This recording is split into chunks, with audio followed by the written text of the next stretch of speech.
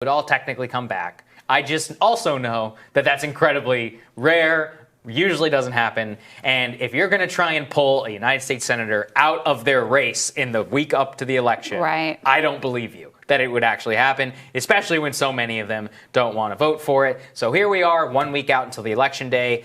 All of the stimulus posturing, from Pelosi to Mnuchin to Trump to Kudlow to McConnell, this is what it's all come down to.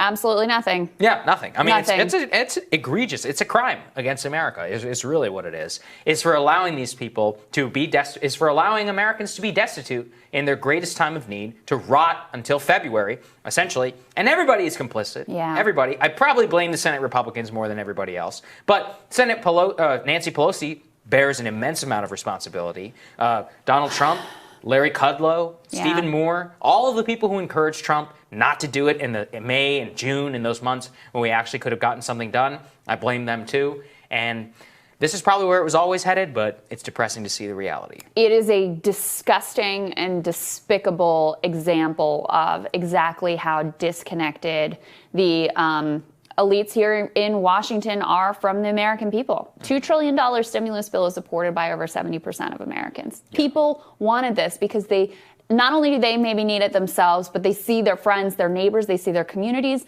How many, I guarantee everyone watching this is either suffering themselves, knows someone in their family who's suffering, or is just watching restaurant after restaurant, business after business shutter in their town, which has massive reverberating impacts.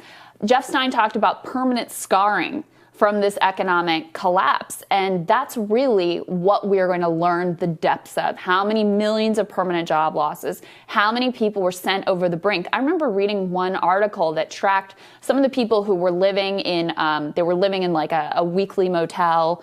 And these were people, it was terrible, down in Florida. And these were people who actually, many of them had a fairly stable, like lower middle income life until the housing collapse sent them over the brink, and they've never been able to recover. And now this is pushing them even further over the cliff. And the implications of this for generations, I just don't even think we can wrap our head around at this point. And I also want to point out, like, yes, everyone in this town is complicit. And then you look around the country at corporate America, and their behavior is disgusting as well. There's new reporting from the Washington Post about how many companies that went bankrupt because of the coronavirus pandemic. But what did they do before they filed for Chapter 11 bankruptcy protection from their creditors, allowing them to lay off their workers, oftentimes without paying all their obligations there as well? Oh, they made sure to dole out millions to their executives before filing for bankruptcy and then laying off their workers. Let me read you a paragraph from here. Since the pandemic took hold in March, at least 18 large companies have rewarded executives with 6- and 7-figure payouts before asking bankruptcy courts to shield them from landlords, suppliers, and other creditors while they restructured.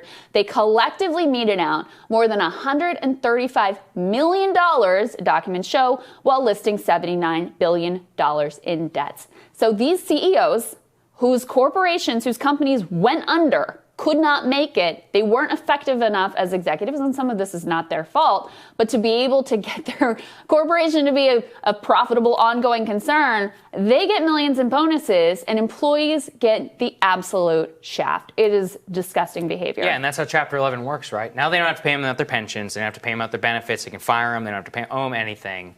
And all the executives are getting rich. Meanwhile, the only hope those people have is the government, right? That's it. It's over now for them. So what's going to happen? Nothing. And when we talk about a rigged economy, like this is it. This is it. Exactly. Where your company goes under and you still win. And you're not liable. You're never personally liable for this. It only takes in the most extreme cases, like Enron, for anybody to actually pay up. But in this is and that perfectly hasn't happened legal. in decades No, either. It hasn't happened in 15 years. And that is perfectly legal. That's what I want everybody to know. Everything they did is legal. The government, you couldn't even sue those executives to take some of their money and give it some to the workers, despite the fact that what they did is highly dubious, violation of corporate charter, all that other stuff, doesn't matter. And that, I think, tells you a lot, especially given the stimulus negotiations and more. And no one's going to do anything about it, so it's depressing. It is, indeed. All right, we'll have more Rising for you after this.